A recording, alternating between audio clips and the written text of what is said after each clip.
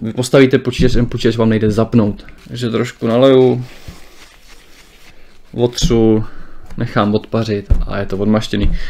A já jsem na to tady měl takový ty špachtličky, jo, které jsou na to přímo určený. Měl jsem jich hodně a teď už tady nemám zase ani jednu. Ale ještě než jsem začal instalovat Windows, tak jsem si všiml jedné věci. A ta věc je poměrně zásadní problém a ten počítač budu muset celý předělat.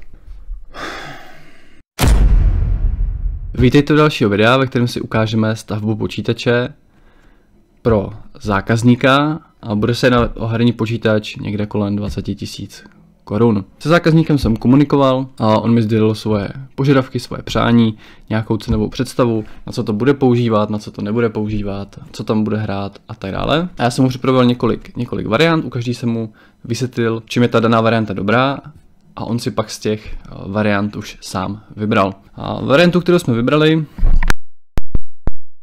celkem obyčejný skříni, že jo, která nemá průhlednou bočnici, tak samozřejmě nemá ani podsvícení, ale je to ověřená skříň. Základní 550kový zdroj od Corsairu. Jako procesor máme krále poměru cena výkon Ryzen 5600. Terabajtový M2 SSDčko. 16 GB ramek, že jo, samozřejmě jsou to DDR4. 3200 MHz CL16 časování. Fera 5 na procák. 550ková deska.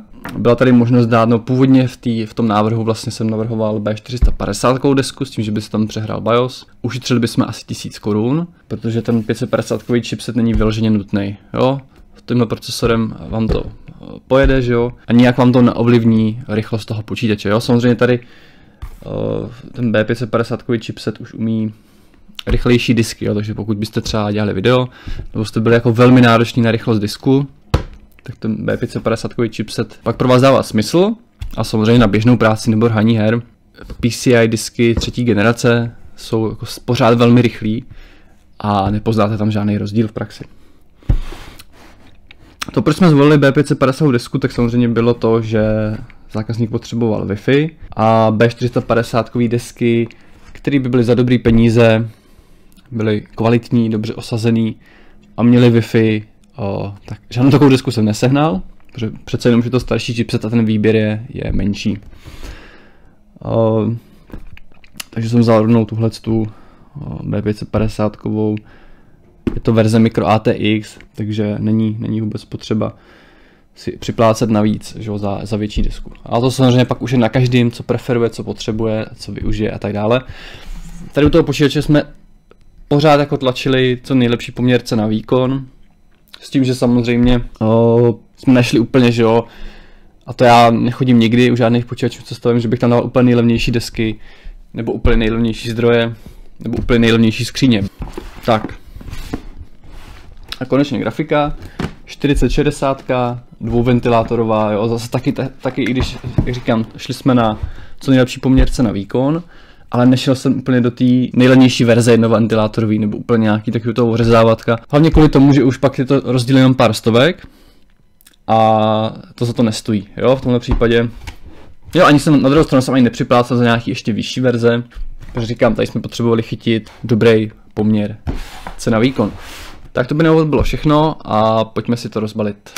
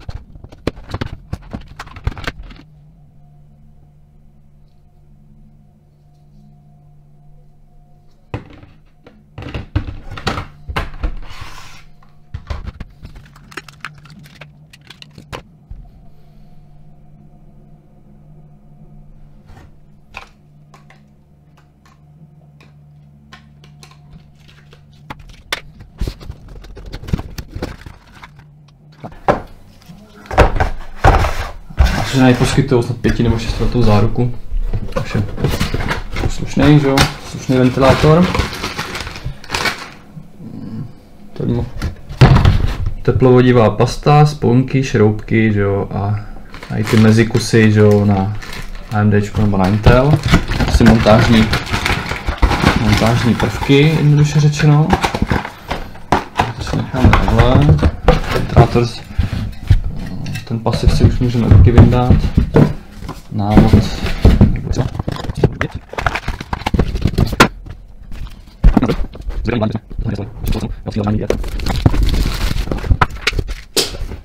Tak. Kabel na 230 síťový. No, ještě šroubky.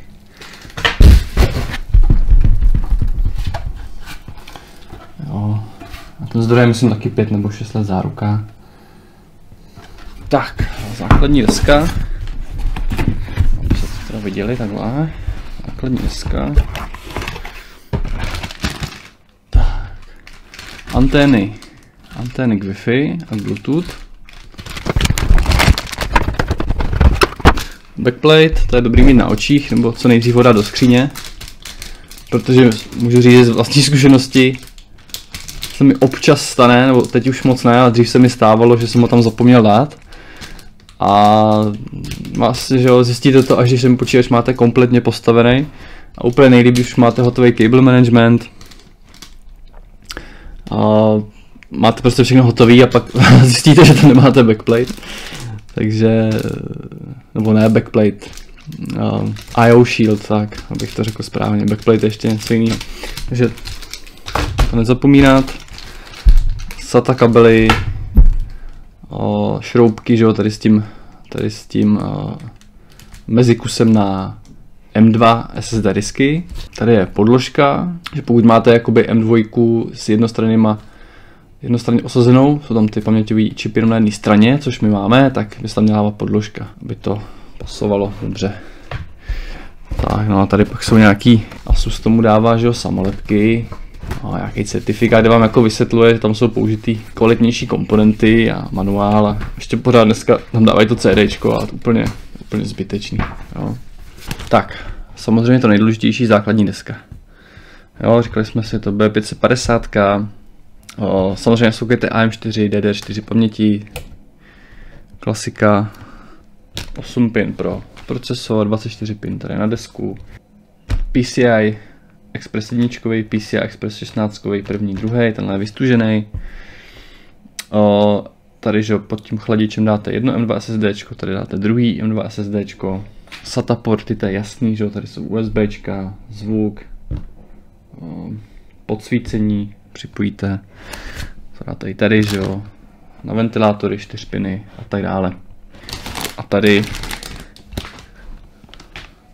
máme zvuk s optikou, síťovka, USB, USB-C, DisplayPort, HDMI samozřejmě pro integrovanou grafiku, to mít nebudeme, Wi-Fi, tlačítko pro funkci Flashback BIOS, 4 USBčka, 2 USBčka a PS2, stará, klasická.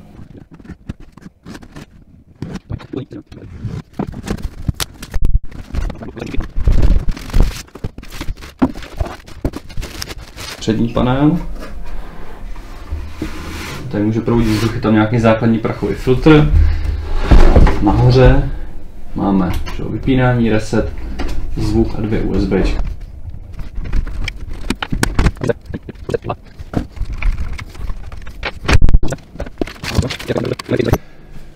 Tak, pojďme si říct něco k té skříni. Tady máte možnost usadit 2,5kový M2 SSDčka, nebo prostě 2,5kový disky obecně.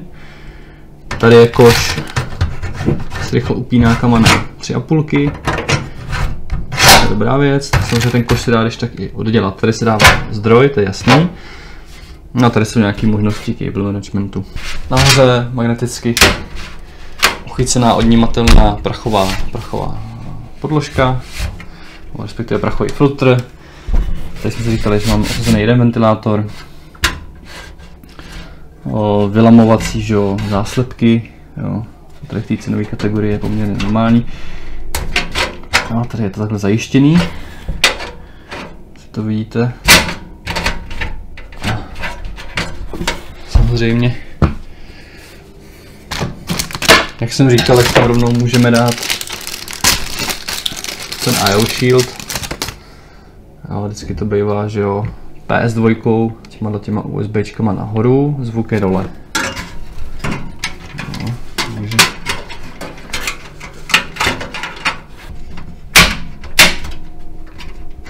nám to pěkně cvakne a samozřejmě další věc je, to si ještě taky řekneme, že tam pak dáváte základní desku.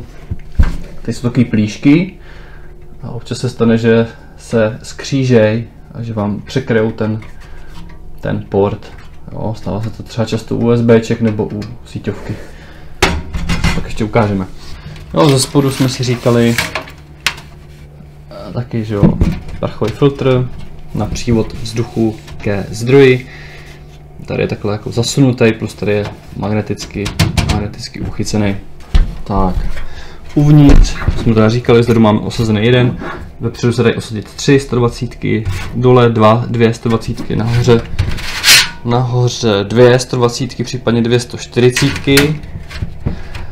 A teď vám z hlavy neřeknu, a dá se tady dát samozřejmě i radiátor pro vodní chlazení, i vepředu se dá dát radiátor pro vodní chlazení.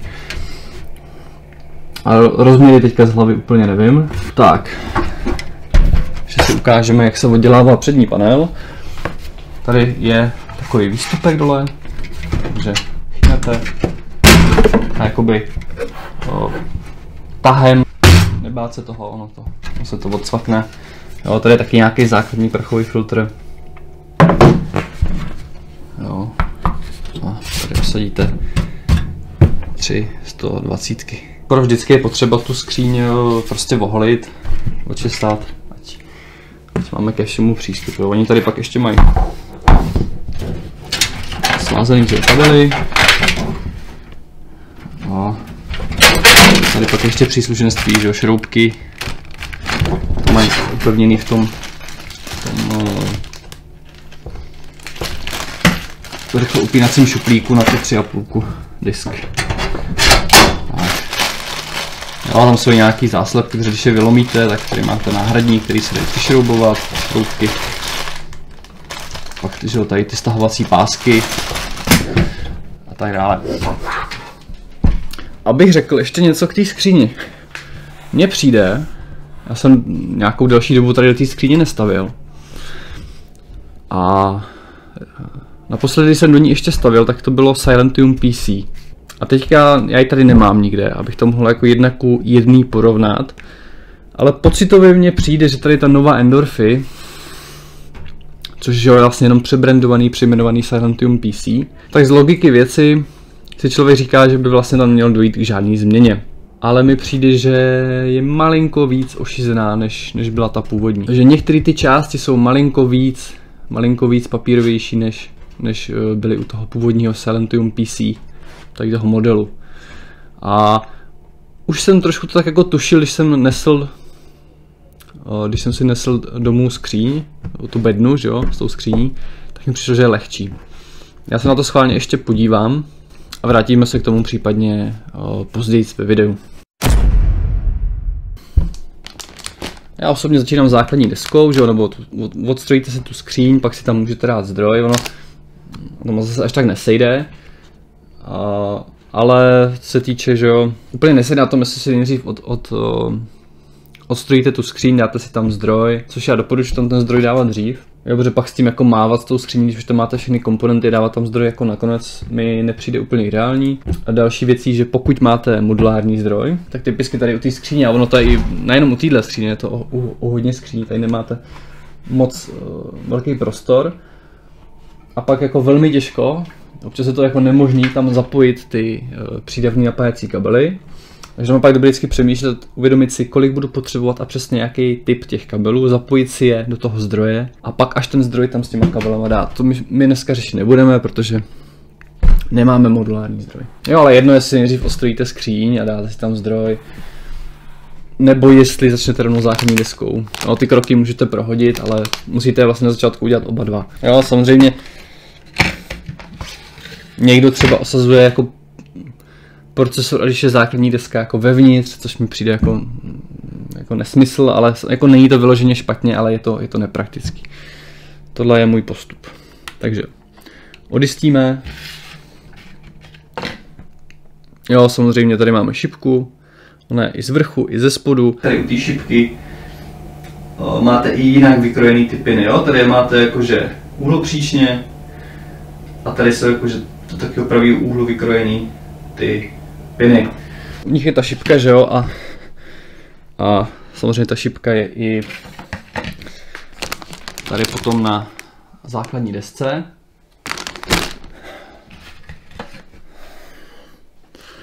Takže šipka k šipce.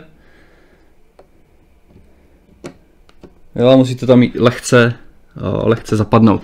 Jo, samozřejmě to je proti tomu, abyste ten procesor tam nedali obráceně. AMDčko je vlastně, že tady ty AM4 a tyhle ty AM4 platformy náchylný na ohýbání pinů. Typicky, když si kupujete použitý procesor, tak se mi dvakrát stalo, že mi prostě Borec poslal procesor s ohnutýma pinama. A já jsem to tady teda pinzetou a kleštičkama a všelijakým možným způsobem narovnal a fungovalo to, jo, ale pozor na to. Typicky se mi to stalo i jednou, když jsem kupoval rozbalený procesor z Alzy. Jo, tam můžete si koupit rozbalený lehce použitý zboží z Alzy. To je vlastně zboží, který lidi vrátí v té 14denní lhůtě. Zákonný. No a ono si toho třeba ani nemusíte na první pohled všimnout. Ten pin může být ohnutý jako velmi jenom malinkato. Vy postavíte počítač, ten počítač vám nejde zapnout. Jo, protože když ten pin je prostě ohlej, tak ta deska to nesepne. Jo, ona to vyhodnotí jako chybu. Tak. Jo, takže ten procesor nám tam dosedl. Nemělo by se na ten procesor nějak jako tlačit nebo ho tam nějak prostě rvát. Jiný, co já dělám, tak opravdu jako minimálním tlakem, opravdu nepatrným tlakem něj lehce zatlačím a zavřu. Tak, další postup. Není to úplně nutný, já jsem teda ten procesor docela na něj matlal, takže v mém případě je to lepší. Pokud ho nebudete úplně jako opatlávat, jak jsem to dělal já, kvůli videu, tak není nutný ho odmašťovat. Ale já je odmašťuju vždycky. Jo, je to klasický izopropyl alkohol. Ten funguje na odmaštění skvěle, že jo, používá se na čištění elektroniky. A jeho hlavní výhoda je, že nezanechává žádný film, že se odpaří. Jo, takže v tom se prostě koupe optické prvky nebo prostě elektronika obecně. Jo, samozřejmě koupíte i praktičtější balení ve spreji, nebo koupíte i vlhčený ubrousky s tím izopropylem, ale to samozřejmě já ho spotřebuji jako hodně a pro mě je výhodný to mít takhle klasicky v té plechovce.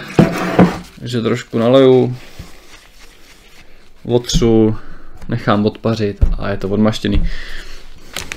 Jo. To asi neuvidíte, ale tam krásně vidíte, jak se to odpařuje. On se odpařuje velmi rychle, takže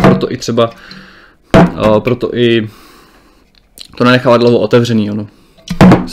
By se vám to odpařilo. To stejný uděláme tady.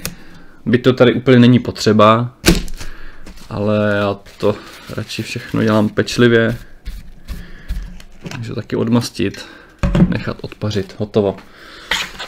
Ještě si ten kapesník necháme. Ještě ho budeme potřebovat. Teďka si naneseme teplodivou pastu. A já jsem na to tady měl takový ty špachtličky, jo, které jsou na to přímo určený. Měl jsem jich hodně a teď už tady nemám zase ani jednu. Takže prostě musíme improvizovat. Takhle to snad aspoň trošku vidíte.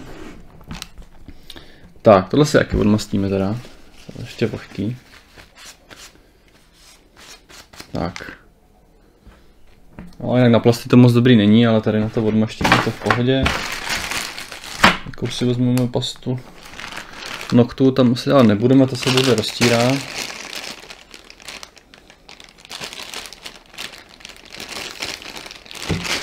Ale tam PT3 od Silentium PC. Jo, to je dobrá, se krásně roztírá. Ono ve výsledku na té pastě zase tolik nezáleží. Oni rozdíly mezi jednotlivýma těma pastama jsou jako velmi minimální, jo, velmi malý. Tak, ty pasty dávám opravdu hodně, ale Že ono se to pak krásně roztírá, uděláte krásný film, tenkej. Jo. Když tady teda s tím uvidíme, jak mi to půjde.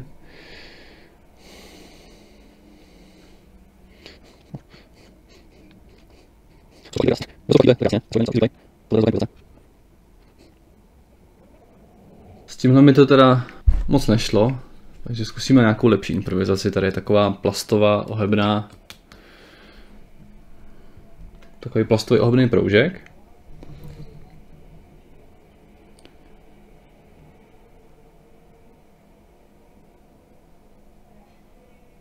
Jo, tak to je úplně jiná liga.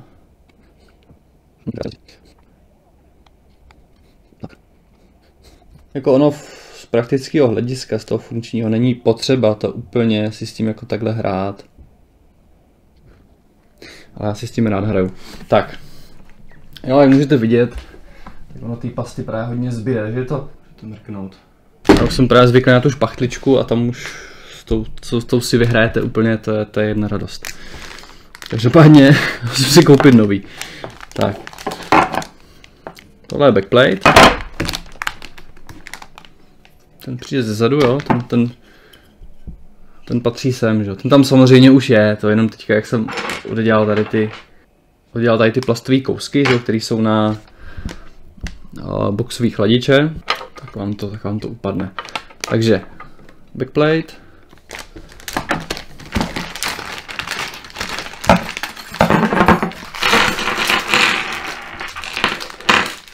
A uchycení UMDčka vlastně spočívá jenom tady v těch 4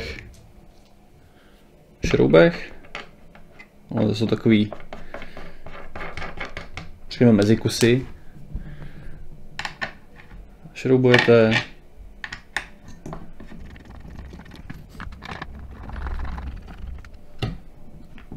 Tak, chci ten dotáhnout. Jo. Takhle to potom vypadá. Tyhle ty kousky. Až tam bude ten chladič. Tak.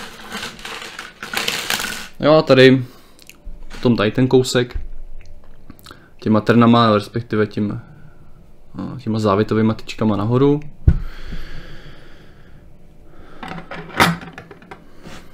Jo, protože pak ten ventilátor, ten chladič půjde takhle. Jo, tady vlastně zapadnou ty trny. Jo, a pak tady samozřejmě si pohlídat ten směr toku toho vzduchu. Že? Jo, a ta logika je taková, že tady vlastně to máme vzadu v té skříni a tady je další ventilátor, že tady máme tímhle směrem. Tak, to se dotáhne tady těma malejma šroubkama. Zase 4 kousky samozřejmě. Chladiče je vždycky zvykem všechno dotahovat do kříže. Jo, nejdřív s citem. Když tady u tohohle prvku by to zase až tak nevadilo, ale stejně. Jo, a pak to dotáhnu takhle do kříže na finish. Pak to ještě zkontroluju. Jestli je to dotažený. Tak. Jo, není potřeba to úplně jako rvát, ale s citem dotáhnout. Ventilátor tam teďka osadit nemůžeme, protože bychom neměli přístup k tomuhle šroubu. Takže musíme osadit rovnou. Tohle máme odmaštěný. Zasadíte do těch trnů. A tady už je to důležitější, to dotahovat do kříže, takže třeba udělám 2-3 otáčky tady. 2-3 otáčky tady. Zase 2 otáčky tady. 2. Tak. Jo, a to poznáte tady, to prostě jde. Pak už to nejde, pak už s tím neotočíte vůbec. Jo, ta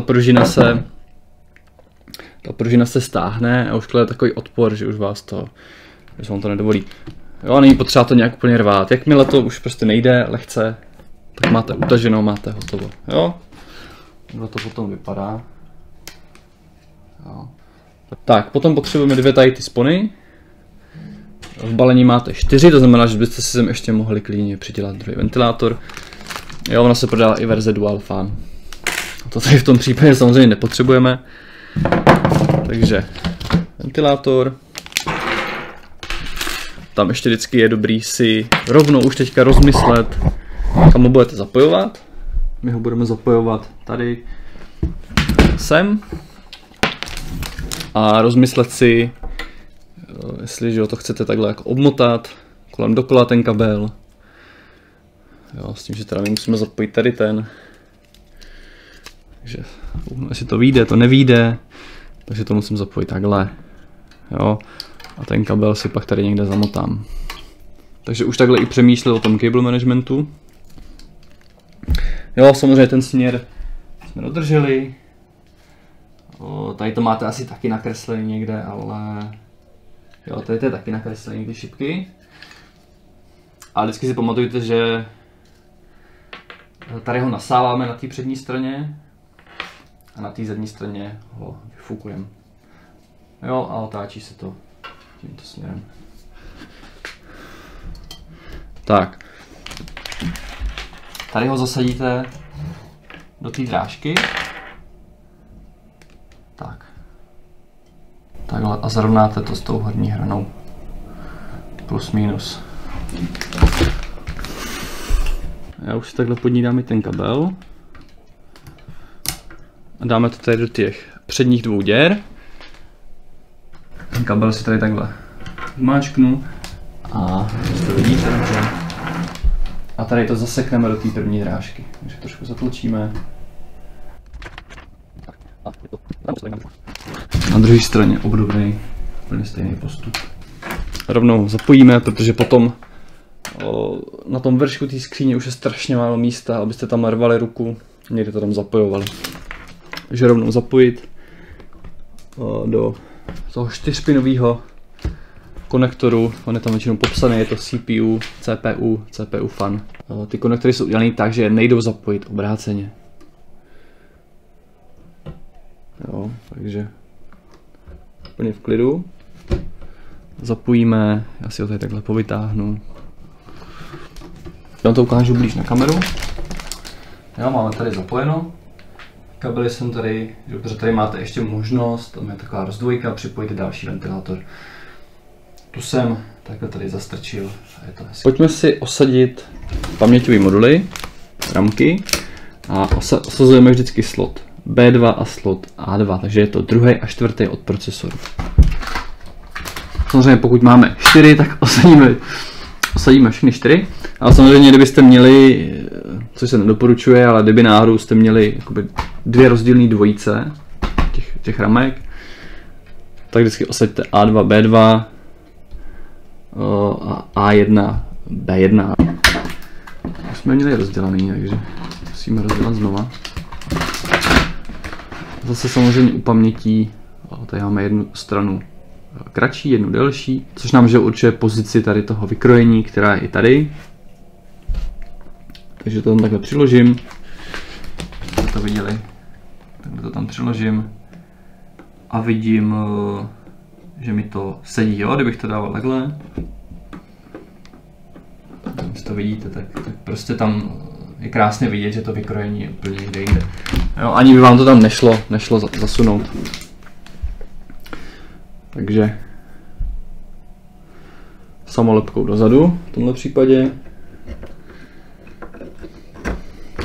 Jo, Asus má typicky většinou ty pojistky na jedné straně. Některé desky to mají na obou dvou. No, pak si to podepřu ze spodu. Cvaknu. Jo, pojistka mi zacvakla, vyzkouším. Tak, hotovo. To stejný s druhým modulem. Cvak. Tak, hotovo. Pojďme si nainstalovat disk. Šroubujeme chladič. Heatsink.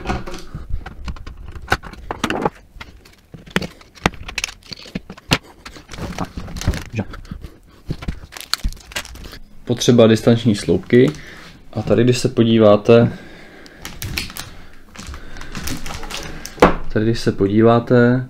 tak je tam vždycky napsaný, že jo, ta délka. 2280, 2260, 2242, což to druhé číslo je jakoby délka v milimetrech.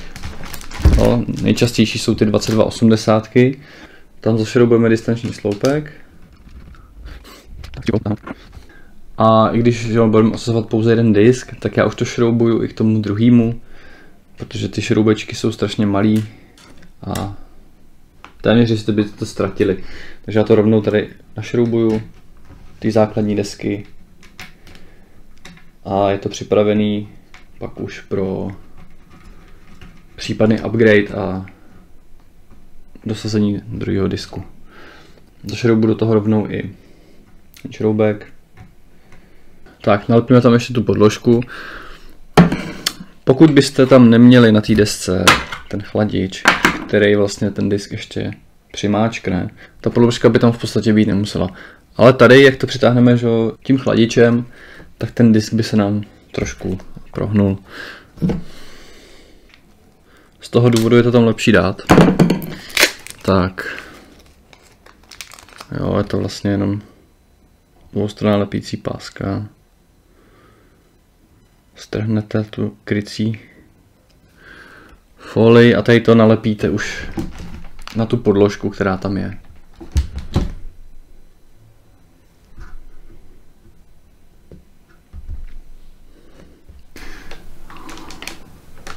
Tady je zase výřez, že jo?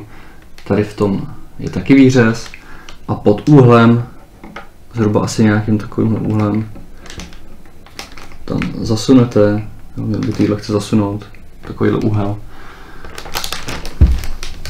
Pak pouze domáčknete. No se to pěkně sedne na ten distanční sloupek a přišroubujeme šroubkem.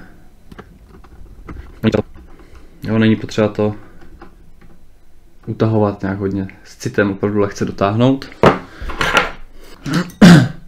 Tak, tuhle samolepku bohužel strhnout nemůžeme, protože bychom přišli o záruku, ale tuhle samozřejmě strhneme,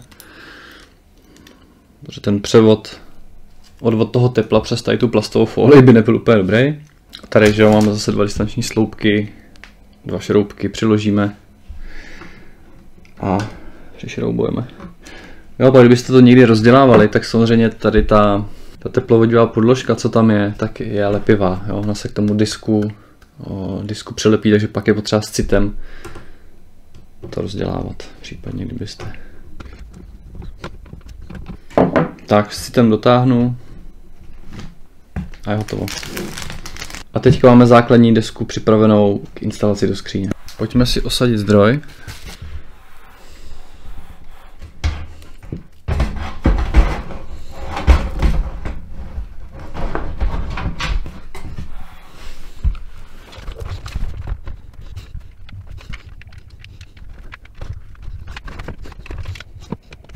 Tak, chci tam dotáhnout, se není potřeba to úplně rvát. Ono stejně, ta barva, co tady je ten lak na té skříně, tak se stejně odře. Ale není potřeba to úplně utahovat nějak extrémně. Tak.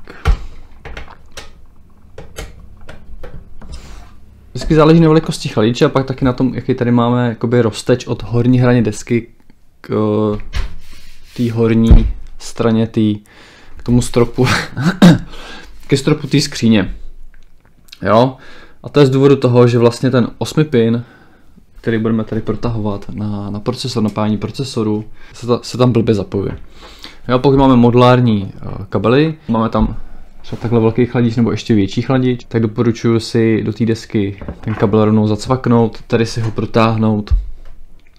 Zdroj, že jo, samozřejmě si tam nepřišroubujete, necháte ho tam na volno, zapojíte si ty kabely, jak to už jsem říkal, a pak až utáhnete ten zdroj.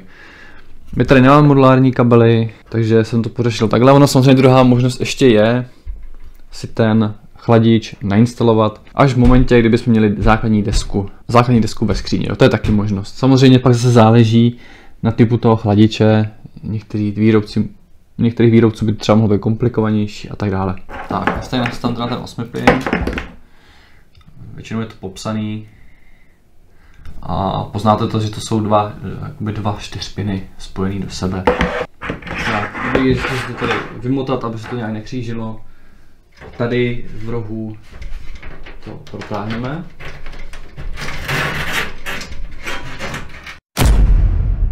A jak už jsem říkal, mám tam připravený ten 8 pin k napájení procesoru. Já to tam vložím takhle na ležato a hnedka vám to ukážu víc. Jo, samozřejmě těma portama dozadu, to je asi jasný. Tam je potřeba teda se trefit do těch děr, ale já nejdřív si připojím ten 8 pin.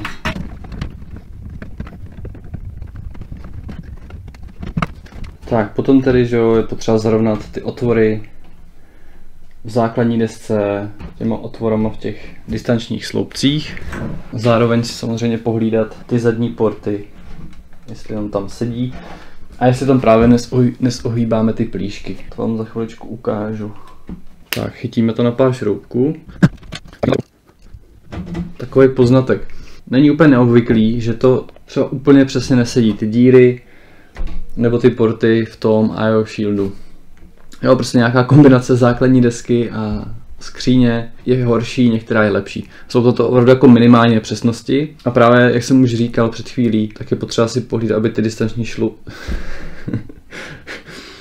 distanční sloupky, co šroubujete do té skříně pod základní desku, byly zašroubované rovně. U těch šroubků, jak teďka utahuji základní desku, tak je důležitý, aby šly samozřejmě taky rovně. Tam se totiž může opět stát, že budete přes závit. Jo, stává se to. Že on se chytí lehce na křivo, klade odpor samozřejmě a někdo to třeba ignoruje. Mně se to taky stalo.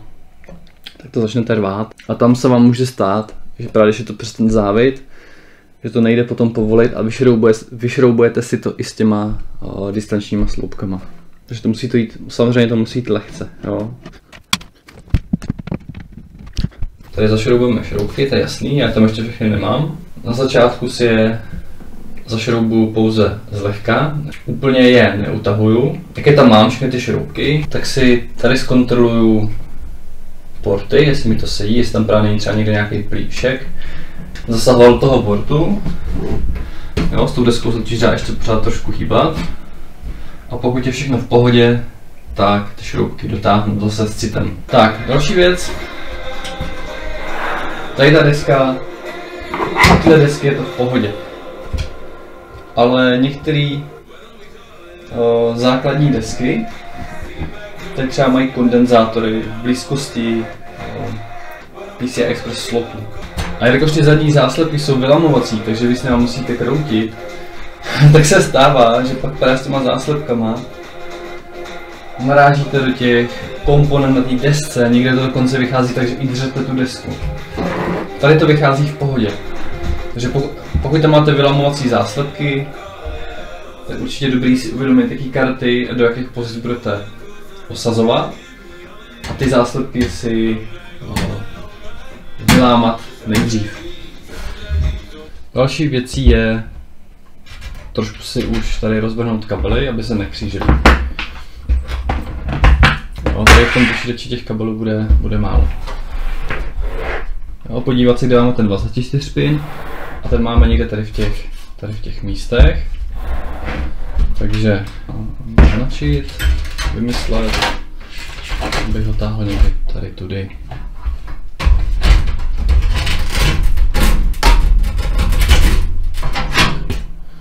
Pak je dobrý se podívat, kde máme, jaký místě máme USBčka z čelního panelu, tady na té desce je to pod 24 pinem v těchto místech.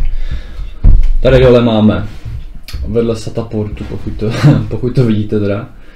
Tak, tam jsou, že jo, spínací tlačítko, reset tlačítko a ledky. Signalizační ledky. A tady úplně vzadu je na kraji místo pro zapojení audio panelu. Tak, podle té logiky teda si teďka zapojím si tam roztrkám ty kabely, to znamená, tady máme čelního panelu, že jsou USB 3 pod ten 24 pin, takže to můžeme dát tudy.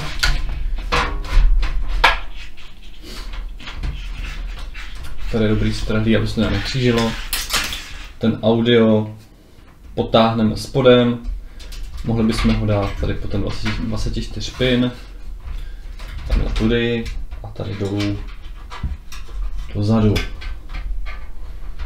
Nebo by mohl jít i tady vlastně druhá možnost tudy nad tím košem na 3,5 disky nad zdrojem a tady. Tak, už mám tady kříže kabely. Tak.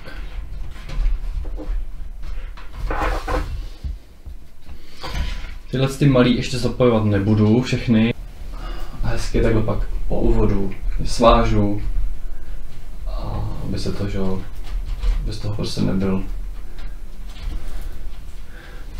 Aby z toho v podstatě byl jeden svazek. S tím se pak mnohem líp manipuluje.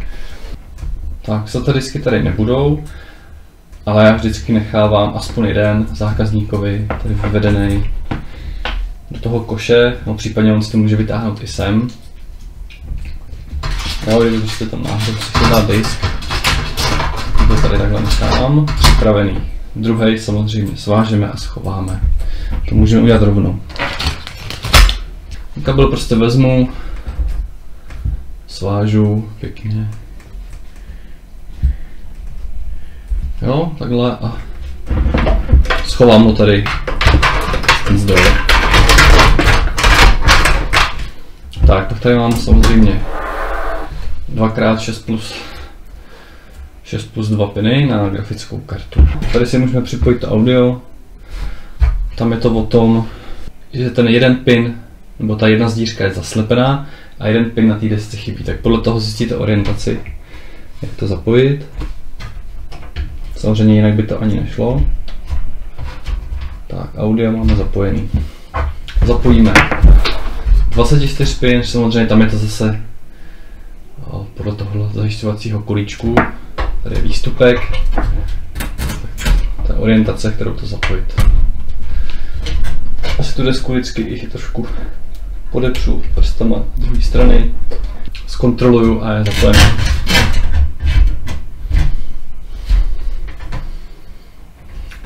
Ty USBčka zase opět, tady zase jsou takové výstupky, které přijdou do výřezu. Jo, tady je ještě taková vychytávka, zapojíte. Tak, je to zapojené. Jo, zrovna tady to Endorphy má poměrně takový tlustý kabely, neforemný. Některý výrobci skříní mají takový hezký, plochý, ohebný kabílek. Dají se kupovat i různé redukce, dají se koupit i různé lomený konektory a třeba v průhledné skříni pak se s tím víc vyhráte, tady to nevadí. Jo, tady to prostě takhle. Je takový oblouk z toho. V této fázi já nedělám úplně čistý cable management, já se to pouze takhle navrhnu, aby se to nekřížilo, aby jsme měli všechno zapojený. A načisto to udělám, až ten počítač zapnu a udělám pár základních testů. Protože občas se stane, že něco nefunguje, nebo že něco není tak, jak by mělo být. A je potřeba ten počítač celý rozebrat zase, nebo člověk občas na něco zapomene, že jo, typicky, jak jsem říkal, ten IO Shield se přestává. Teď si vemte, že vy máte vlastně ten hezky udělaný cable management, s kterým jste si třeba hodinku, 2 hráli a pak zjistíte, že ten počítač nefunguje a musíte ho celý rozebrat. Jo, takže z toho důvodu já vždycky udělám takhle na nečisto, pak ten počítač otestuju a když vím, že všechno je v pohodě, tak udělám finální hezký cable management. A poslední věc, která nám chybí, aby jsme ten počítač mohli vyzkoušet, jestli funguje, je grafická karta. Já ji teda zasadím takhle z boku, jinak samozřejmě lepší, když je to taky neležato, hlavně u obrovských karet. Ale aby na tom videu bylo aspoň něco vidět, tak to dáme takhle. Takže krytka, tady je dobrý si vyházet tyhle krytky, protože tam vidět, to tam vidět. Se nám to tady pak může kolidovat s tím plechem, jo. Pak se zase ty krytky vrátí. Pojistku na PCI Express slotu zatlačíme. Tak. A teďka samozřejmě se trefujeme ten slot, jo, podle tohohle, to je jasný.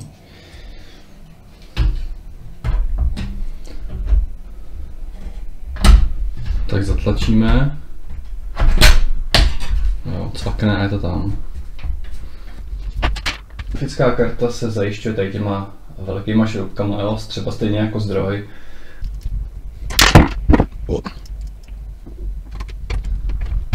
V vodorovné poloze kolmo v tom slotu by byla. Jo, třeba se s tím trošku takhle pohrát.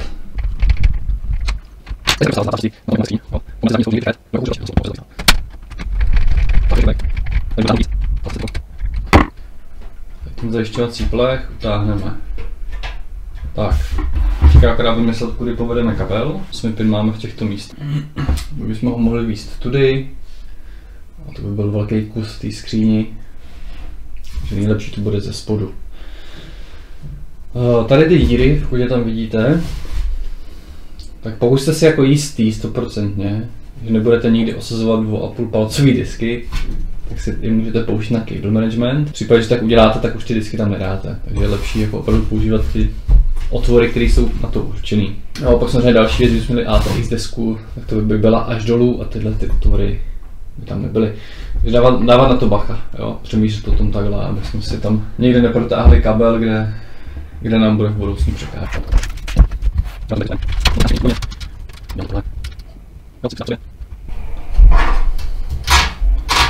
A tím zajišťovacím kolíkem je to v tomhle případě nahoru. Tak, cvaknu to. Jo, pak já to tady zase svážu. Přivážu to tady dolů. Tak, takže na hrubo máme počítač sestavený. Jo, to nejdůležitější pro to, abyste ten počítač mohli zapnout, je zapojený. Tak, zapojíme si monitor. Do grafické karty samozřejmě. Neplíš si to s těma, co jsou v základní desety, fungují jenom pouze, když máme integrovanou grafiku. Máme si napájení, zdroj, reboot, vyplay. Tak a poslední věc, bezdrátovou klávesnici a myš. Tak, teďka chvilka pravdy, zapneme zdroj a zapneme si počítač pomocí nůžek. Se tam propojíme ty dva piny. Tak, ventilátory se točí.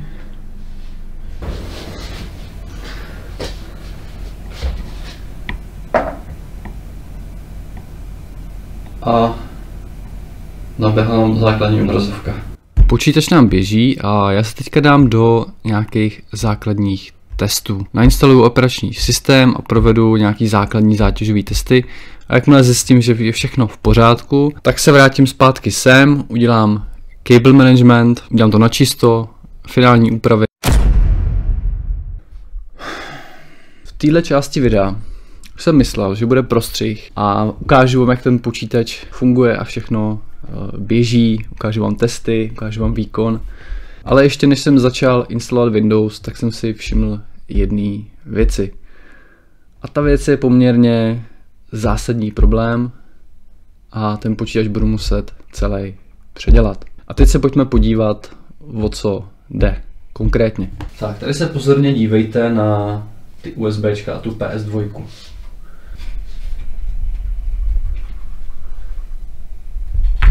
Takhle by to mělo vypadat správně, zarovnaný, ale ono je to takhle.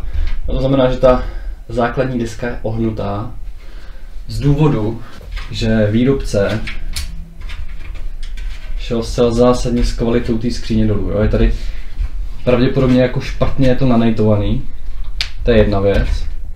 A druhá věc je, že opravdu ta skříň, byť jsem ji na začátku celkem chválil, tak teď jsem ji ještě důkladněji zkoumal a jo, tady tam je taková mezírka, kde ty plechy by měly být snejtovaný, ale nejsou, takže se to tam celý prohýbá.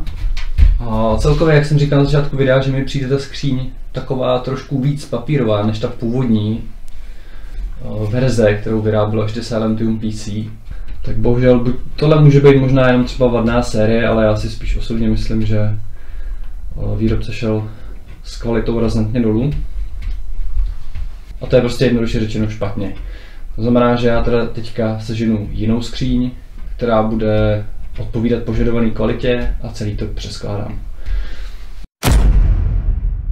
A aby jsme endorfin nekřivdili, to třeba mohl být jenom vadný kus, tak já tady mám druhou, novou, úplně stejnou skříň. Pocitově mi snad přijde, že ty plechy jsou malinko pevnější, ale to se mi asi zdá. To si úplně jako nedokážu představit, že by každá skříň měla jinou tloušťku plechu. To mi přijde jako nesmysl. Nicméně to zásadní, to tady ten nedolíhající plech vzadu, když to tady nahmatám, tady v rohu, je to úplně to stejný. Jo? Je tady prostě, ten problém je v tom, když se tady podívám, tak tady je jeden nate, druhý nate a samozřejmě kolem těch nítů je to pevný, jak to má být. Tady oni vzadu nechali poměrně velký kus bez toho nítu. To znamená, že ten plech v podstatě nemá co přimáčknout, přitáhnout k tomu druhému plechu. Jo? Takže to je v podstatě konstrukční vada. Tak, jak můžete vidět, tak tady už mám počítač přeskládaný do nové skříně. A musím říct, že jsem z té skříně velmi nadšený.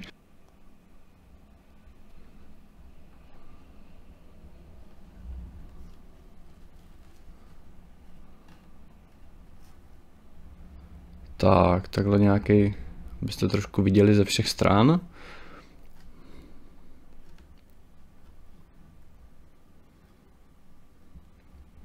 Ještě vám ukážu teda, jak to vypadá vevnitř.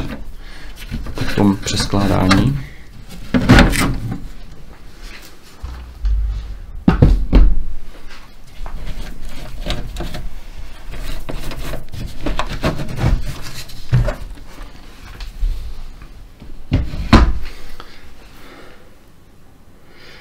Tak, ten počítač jsme přeskládávali, že jo, protože tady se nám vlastně ohýbala ta základní deska. Což tady, že jo, vidíte, jak je to pěkně zarovnaný a ta deska se ani nehne. Jo, takže ten hlavní problém je vyřešený. A já jsem schválně ty skříně vážil, když jsou prázdný a ta Endorphy 300 měla, že jo, nějakých necelých 5 kg a ta skříň má nějakých necelých 8 kg, takže tam je zhruba 3 kg rozdíl v té skříni s tím, že tahle je, že je vlastně stejně velká. A to už samo o sobě vypovídá, že ty plechy, ten materiál je mnohem poctivější. A opravdu, když to jako tady vyzkouším, tak fakt ty plechy jsou jako mnohem pevnější. Tak pojďme si ještě ukázat teda, jak to vypadá zezadu, ta stavba finálně. Tady nějaký, vidíte, nějaký cable management. Dělal se poměrně hezky, jo. Samozřejmě v některých skříní ten cable management uděláte ještě mnohem čistší a hezčí. Jo, tady třeba prostě chybí bod, kde bych upevnil tu pásku. Tady to pak jde takhle přes hranu.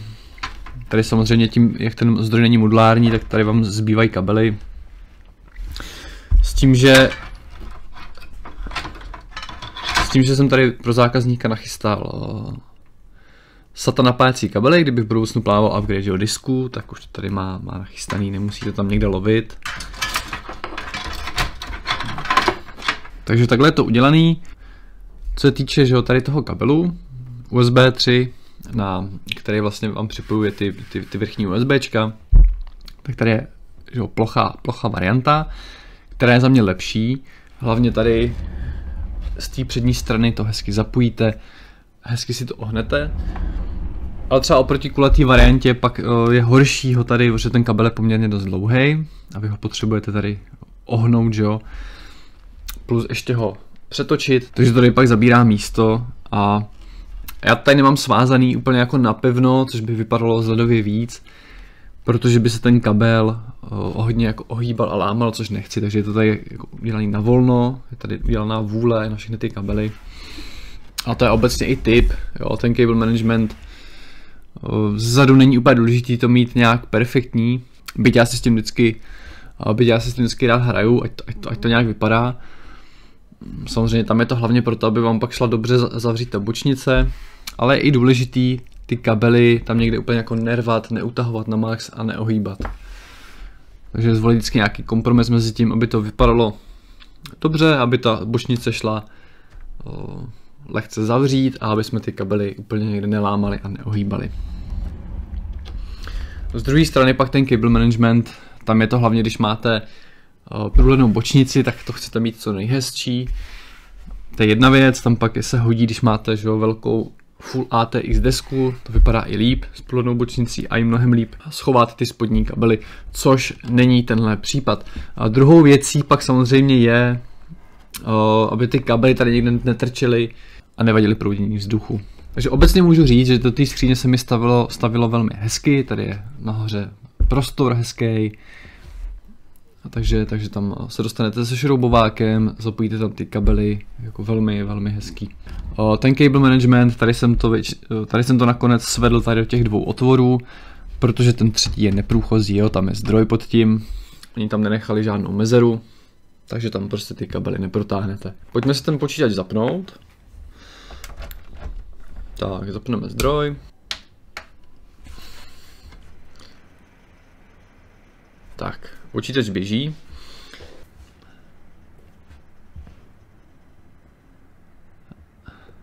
A můžu potvrdit, že ty ventilátory od výrobce je takhle blízko, když tomu dám ucho, tak nemůžu říct, že bych ho neslyšel, ale jsou opravdu velmi tichý.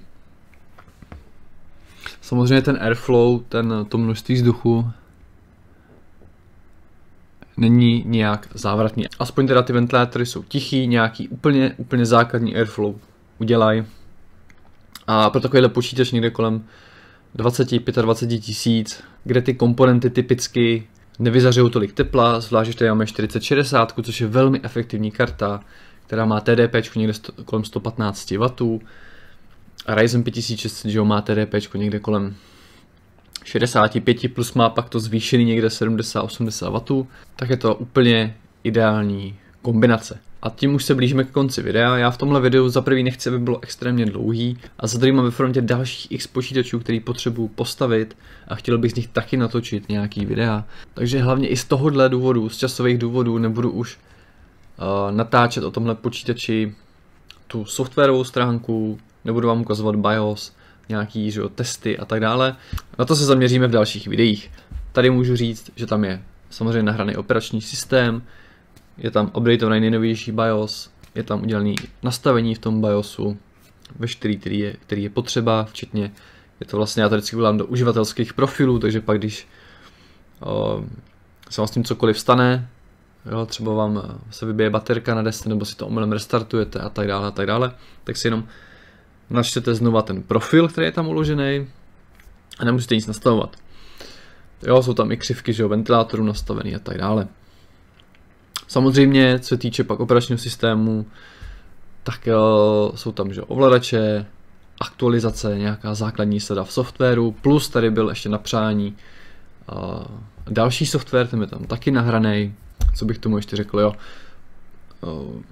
Samozřejmostí je, že ten počítač za sebou má dlouhé hodiny zátěžových testů. Pak jsem tam dělal i kombinaci, kdy procesor jde zhruba na 50%, grafika na 100%, což nějakým způsobem simuluje hraní her. A počítač byl naprosto stabilní, ani jednou nespadl, nebyl tam žádný problém s teplotou.